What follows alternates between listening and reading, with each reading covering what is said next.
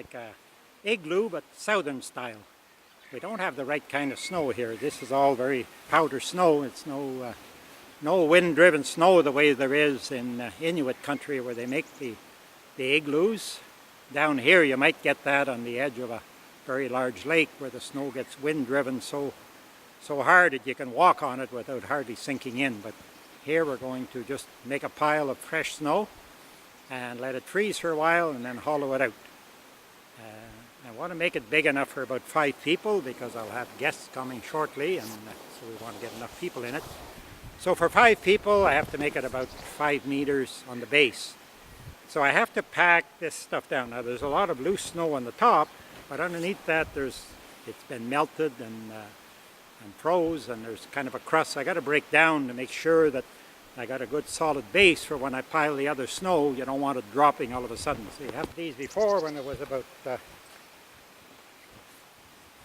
minus 40.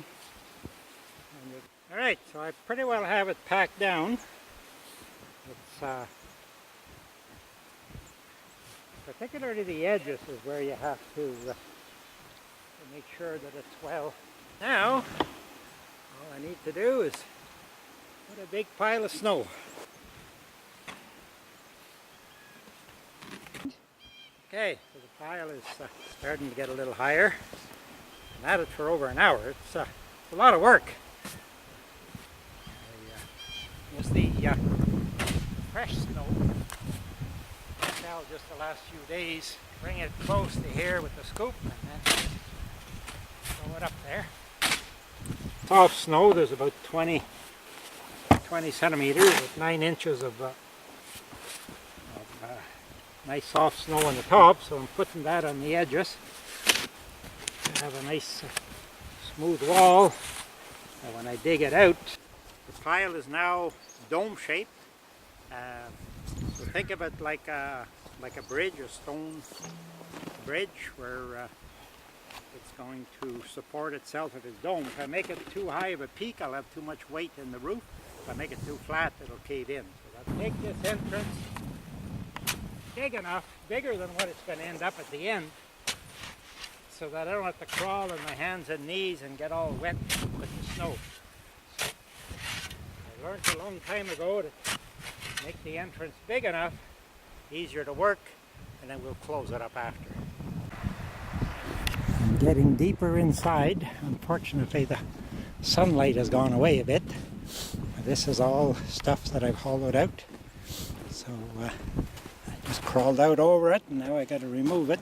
We are inside. Marcia is keeping the light in the door block with a thick cloth, so you can see light coming in through the wall and the ceiling. So that's my guide.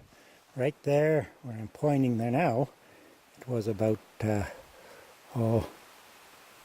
inches, which is what, about 20 centimeters, 18 centimeters. And so up on top, it's still looking a bit thick, so the back has to be all hollowed out yet. So we're getting down here where the shovel is. That's the sleeping shelf. And over on my left, you're starting to see light coming in also. It's even better when it's full sunlight, but still, daylight is good. Like a little groundhog on another load. It looks like a fine hole in here.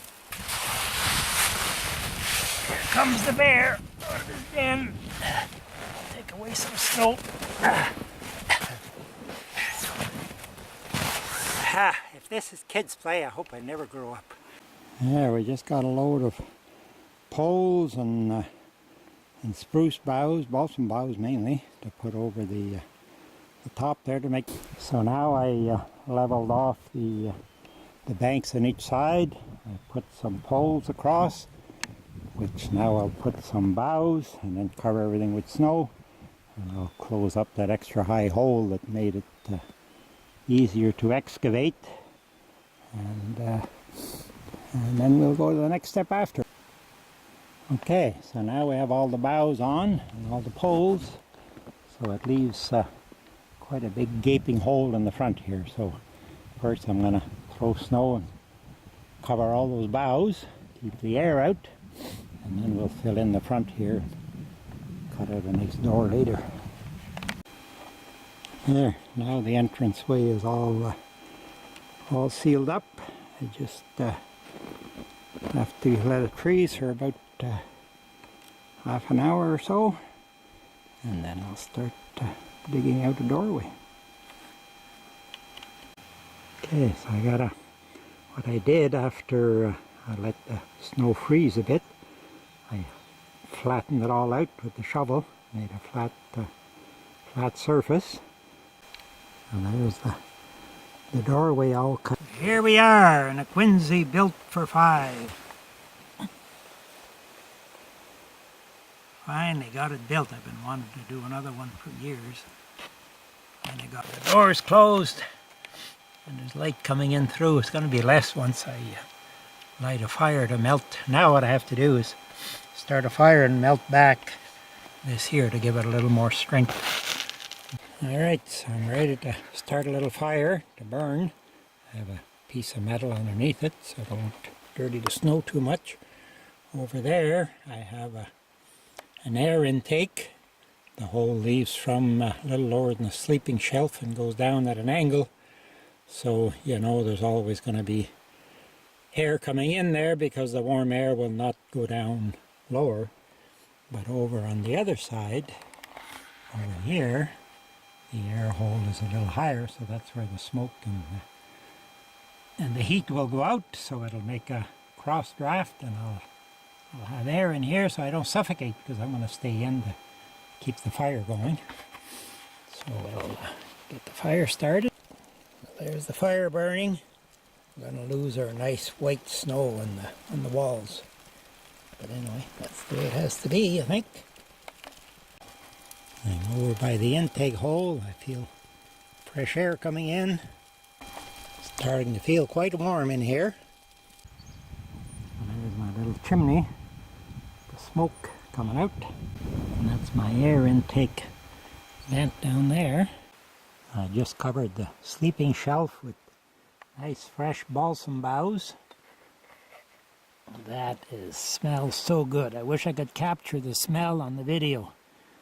I think everybody, if they haven't tried it already, owes it to themselves to sleep on a balsam bough bed at least once in their lifetime. It's just magnificent. Of course, don't go and do that in a park or some heavily used public place. But way back in the bush, you just trim the trees, give them a chance to grow better, and it's wonderful.